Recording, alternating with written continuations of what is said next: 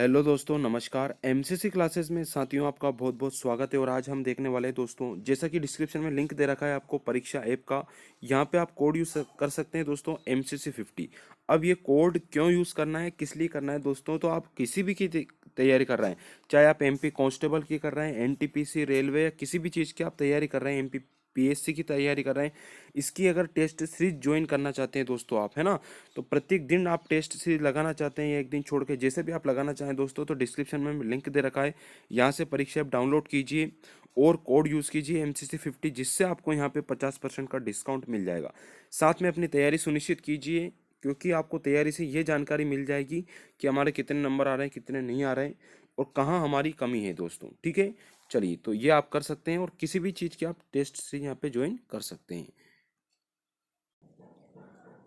Hello दोस्तों, नमस्कार। MCC classes में साथियों आपका बहुत बहुत स्वागत है। और आज हम बात कर रहे हैं दोस्तों आपके अपने दोस्तों, जो कि पेपर है 9 अगस्त 2016 का 3 बजे वाला पेपर। इसमें हम दोस्तों साइंस का जो लेक्चर है वो आपको प्रोवाइड करने वाले हैं, तो बिल्कुल आप जुड़े रहें दोस्तों। 2016 के पेपर चल रहे हैं, तो स्टार्ट हम करते हैं। स्टार्ट कर दीजिए जल्दी से। बिल्कुल नमस्कार भैया, और एक बार अपने दोस्तों में शेयर करना बिल्कुल ना भूलें इसको, ठीक है। यदि वीडियो अच्छा लगे तो लाइक और शेयर जरूर कीजिएगा, और आपने अभी तक हमारे चैनल को सब्सक्राइब नहीं किया है तो प्लीज़ सब्सक्राइब जरूर कर लें।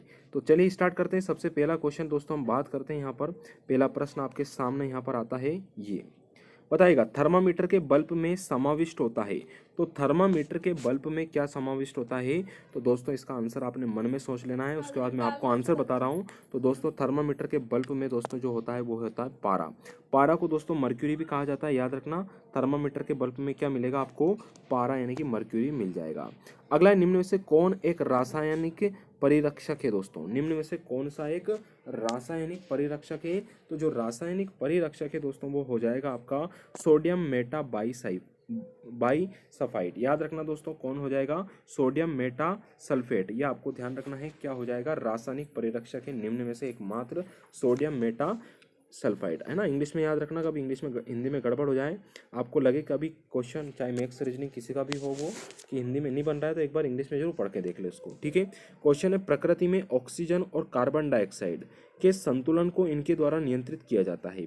तो प्रकृति में दोस्तों ऑक्सीजन और कार्बन डाइऑक्साइड के संतुलन को जो नियंत्रित किया जाता है दोस्तों, ये करते हैं हरे पौधे। सबसे महत्वपूर्ण काम होता है हरे पौधे का। अपने जीवन में कम से कम प्रत्येक वर्ष दोस्तों एक पौधा जरूर लगाएं, और आपसे बने उसको देखभाल करने की तो ही लगाएं, ध्यान रखें, ठीक है।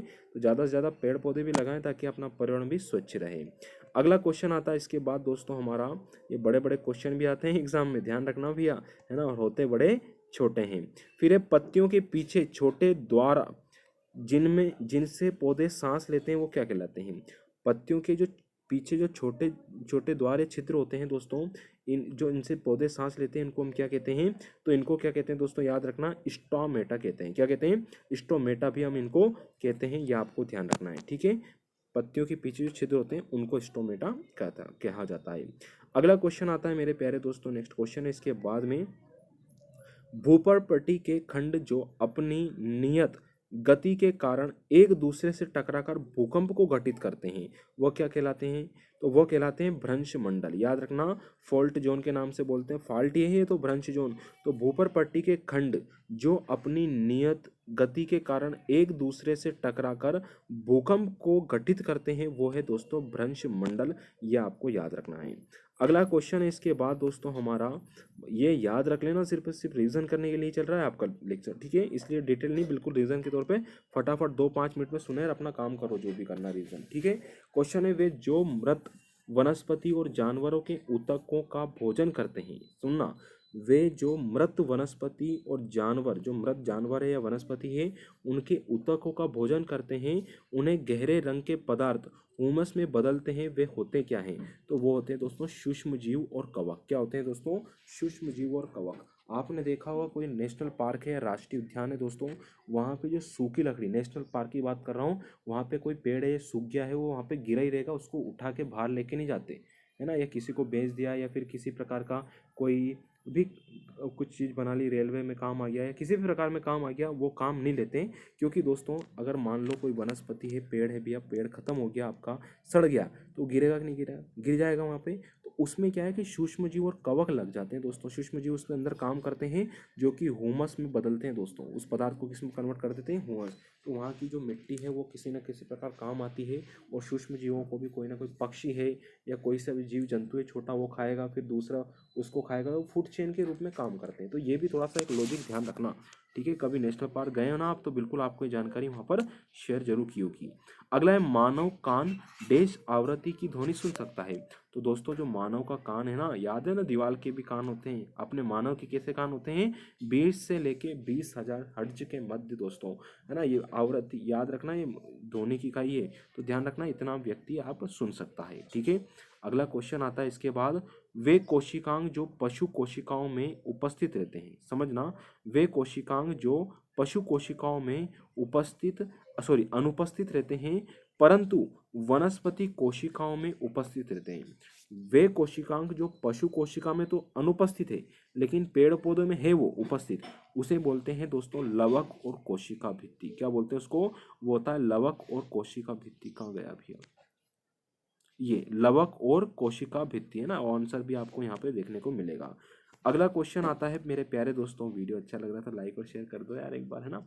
क्वेश्चन है, दंत चिकित्सक अवतल दर्पण का प्रयोग यह देखने के लिए करते हैं, कोई गड़बड़ रहती है, कोई आपको खामी लगती है ना, मतलब कमी लगती है, तो कमेंट जरूर करके बताएं कि उसका इंप्रूवमेंट अगले लेक्चर में आपको कर दिया जाएगा।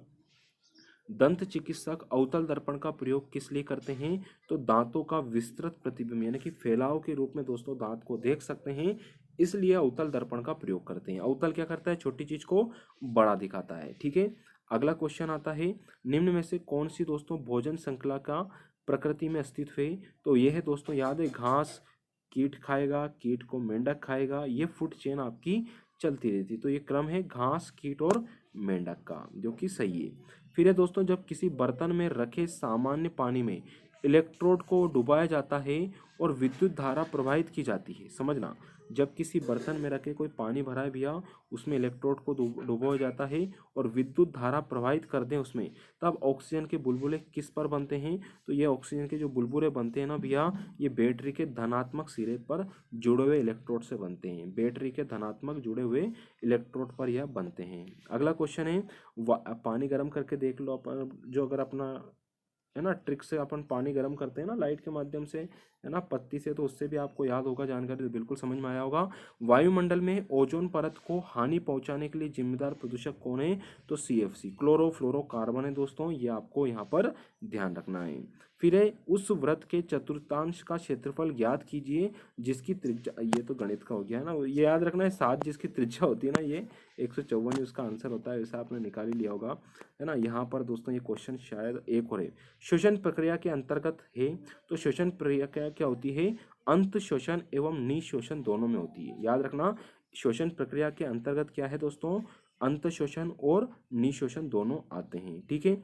अगला है, निम्न पदार्थों के कौन से सेट में क्षारक मौजूद होता है, तो क्षारक जो मौजूद होते हैं ना दोस्तों, क्षारक याद रखना दोस्तों, एसिड और बेसिक जिसको बोलते हैं, तो बेसिक क्षारक होते हैं साबुन और मैग्नीशिया का दूध में, है ना, साबुन और मैग्नीशिया के दूध में होते हैं, मिल्क ऑफ मैग्नीशिया और साबुन दोनों में यह होता है, ठीक है। वीडियो अच्छा लगे तो लाइक और शेयर जरूर कीजिएगा, थोड़ा रिस्पॉन्स दीजिएगा, है ना, ताकि वीडियो आपके कंप्लीट रहे, कंटिन्यू रहे, बिल्कुल। थैंक यू दोस्तों।